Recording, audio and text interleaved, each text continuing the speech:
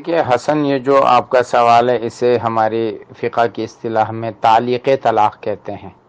تعلیق طلاق کا معنی ہوتا ہے کسی کام کو کسی عمل کے ساتھ جوڑنا۔ آپ نے کہا اگر تو اپنے بھائی کے گھر گئی تو تجھے طلاق، تو اگر فلاں کے گھر گئی تو تجھے طلاق، تو نے فلاں سے بات کی تو تجھے طلاق، اس کو تعلیق طلاق کہتے ہیں۔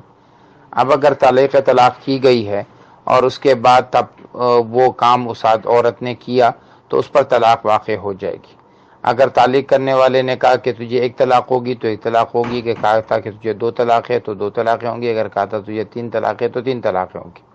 لیکن اگر ایک ہی جملہ تین مرتبہ استعمال کیا کہ بھئی اگر تو اپنے بھائی کے گھر گئی نا تو تجھے طلاق، پھر دوسرے وقت کہا تو اگر بھائی کے گھر گئی تجھے طلاق، تیسری مرتبہ کہا تو اگر بھائی کے گھر گئی تو تجھے طلاق، تو ان تینوں جملوں سے ایک ہی طلاق واقع ہوگی، تین الگ طلاقیں واقع نہیں ہوں گی۔